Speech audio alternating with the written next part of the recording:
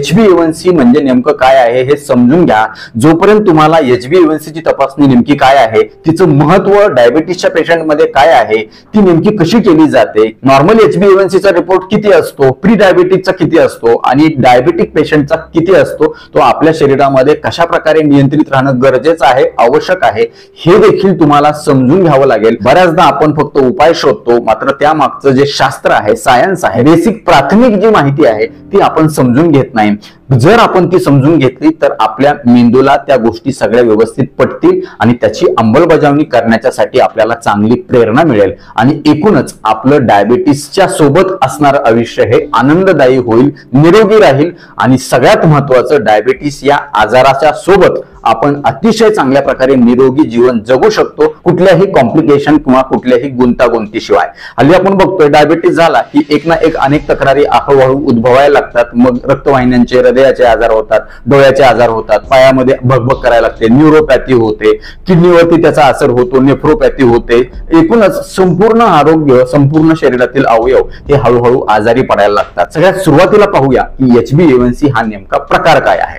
मित्रहो, HB म्हणजे haemoglobin हे आपल्या रक्तामध्ये असणाऱ्या लाल रक्तपेशींच्या मध्ये असणारे एक महत्त्वाचं प्रोटीन आहे, ज्याच्या माध्यमातून आपण घेतलेला ऑक्सिजन हा पेशींच्या पर्यंत पाठवला जातो आणि पेशींच्या मध्ये चयापचयाच्या प्रक्रियेच्या माध्यमातून तयार झालेला कार्बन डायऑक्साईड हा नाकावाटे बाहेर काढून टाकण्यासाठी देखील आपल्याला ह्या हिमोग्लोबिनचीच मदत होत असते।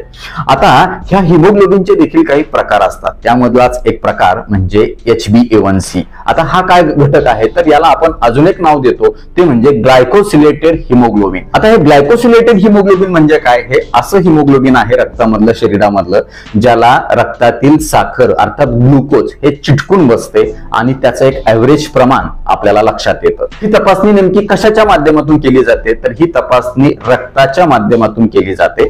कधी करायची, याला काही जेवणाच्या आधी किंवा जेवणानंतर करावी लागते असं काय आहे का तर असं अजिबात नाही। ही तपासणी तुम्ही उपाशीपोटी करू शकता, जेवण झाल्यानंतर करू शकता, दुपारी करू शकता, रॅन्डमली कधीही करू शकता। आता ही तपासणी नेमकी किती दिवसांनी करावी तर ही तपासणी साधारण 3 ते 4 महिन्यांनी करावी। असं का बरं, कारण आपल्या रक्तामध्ये असणारे ज्या लाल रक्तपेशी असतात यांचं आयुष्यमान 120 दिवसाचं म्हणजे साधारण 3 ते 4 महिन्याचं असतं आणि नक्कीच जेव्हा आपण 3 ते 4 महिन्याने ही तपासणी करतो तेव्हा आपल्याला ह्या तपासणीचा चांगला फायदा होतो। आता तुम्ही म्हणाल मग HbA1c ची तपासणी आमची वाढलेली असते, परंतु उपाशीपोटीची आणि जेवण केल्यानंतरची साखर तर नॉर्मल असते। आता काय होतं इथं घोटाळा बघा, बऱ्याचदा जेव्हा कधी एखादा डायबेटिक रुग्ण सकाळी उपाशीपोटी आणि जेवण झाल्यानंतर रक्त तपासणीसाठी जातो तेव्हा त्याच्या डोक्यामध्ये तो विचार करतो की आपली तपासणी ही नॉर्मल आली पाहिजे, कमी आली पाहिजे रक्तातील साखर। म्हणून हे लोक काय करतात, सकाळी उपाशीपोटीची साखर जर तपासायची असेल तर रात्री अजिबात काय खात नाहीत किंवा गोड पदार्थ अजिबात घेत नाहीत किंवा रात्री लवकर जेवण करतात, मग सकाळी ऑटोमॅटिकली शुगर ही त्यांची नॉर्मल येते।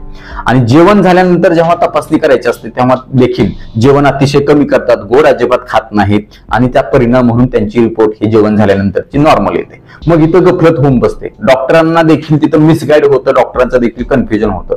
पण जसा की तपासणीचा दिवस संपला की तसं पहिले पाडे पंचावन्न काहीही खायला सुरुवात करतात, काहीही करायला सुरुवात करतात, पथ्य पाणी पाळत नाहीत, लाईफस्टाईल जीवनशैलीमध्ये व्यवस्थित सकारात्मक बदल करत नाहीत आणि मग त्यांची HbA1c ची तपासणी वाढत बसते। पण मात्र HbA1c च्या तपासणीमध्ये असं काही तुम्हाला घोटाळा करता येत नाही, कारण HbA1c ची तपासणी म्हणजे ओव्हरऑल 3-4 महिन्यामध्ये मागच्या तुमच्या रक्तातील साखरेचं प्रमाण कसं राहिलेलं आहे, तुमच्या शरीरानं तुमच्या रक्तातील साखरेला कशा प्रकारे नियंत्रित ठेवण्यासाठी प्रयत्न केलेला आहे याचा अंदाज आपल्याला HbA1c च्या तपासणीमध्ये येतो। म्हणून HbA1c ची तपासणी ही डायबिटीसच्या रुग्णांमध्ये विश्वसनीय तपासणी मानली जाते आणि याला धरूनच आपण बऱ्याचदा ट्रीटमेंट ठरवतो, त्याचा पुढचा प्लॅन ठरवतो, याला धरूनच आपण रुग्णाला पथ्य पाणी सांगतो किंवा काही लाईफस्टाईल मध्ये करायचे जे बदल आहेत ते देखील आपल्याला याच्यानुसारच सांगता येऊ शकतात, जेणेकरून आपल्याला याच्यावरती अतिशय चांगलं नियंत्रण ठेवता येतं। मित्र म्हणतो की HbA1c ची तपासणीवर तुम्ही जास्त फोकस करा, कारण HbA1c ची तपासणी जर तुमची नॉर्मल असेल